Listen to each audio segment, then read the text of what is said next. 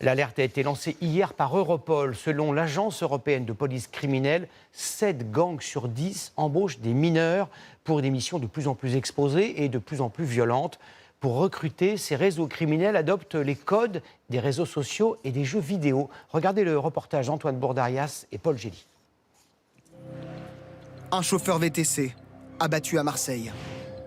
Un cambriolage avec séquestration dans le 16e arrondissement parisien. Ou encore une expédition punitive dans un bar à chicha. Ces 3 affaires criminelles ont un point commun. Les suspects interpellés ont tous moins de 18 ans. Des mineurs qui seraient de plus en plus nombreux à être recrutés par le grand banditisme. C'est le principal enseignement d'une note d'Europol, publiée hier. D'après l'agence européenne, 70% des milieux criminels sur le continent ont recours à des mineurs. Pour cette avocate au barreau de Marseille, le recrutement d'adolescents n'est pas nouveau dans le narcobanditisme, mais il s'est accéléré ces dernières années.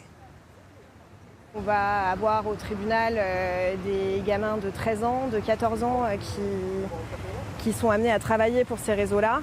Plus ils sont jeunes, plus ils sont influençables, plus ils sont malléables. Ils sont très jeunes, donc ils ne vont pas forcément partir en prison. Pour recruter ces mineurs, les criminels utilisent massivement les réseaux sociaux. Ici, une petite annonce qui reprend tous les codes de langage des adolescents. Propose des postes de guetteurs ou de dealers jusqu'à 300 € par jour de travail. Et désormais, des jeunes sont également recrutés pour les missions les plus risquées, les plus meurtrières. Pour séduire ces très jeunes recrues, les gangs utilisent le langage des jeux vidéo. Les contrats à remplir sont des défis, avec des récompenses à la clé en fonction du niveau de difficulté. Dans certains cas, les jeux vidéo sont utilisés comme outils d'instruction pour enseigner des techniques de tir ou de violence.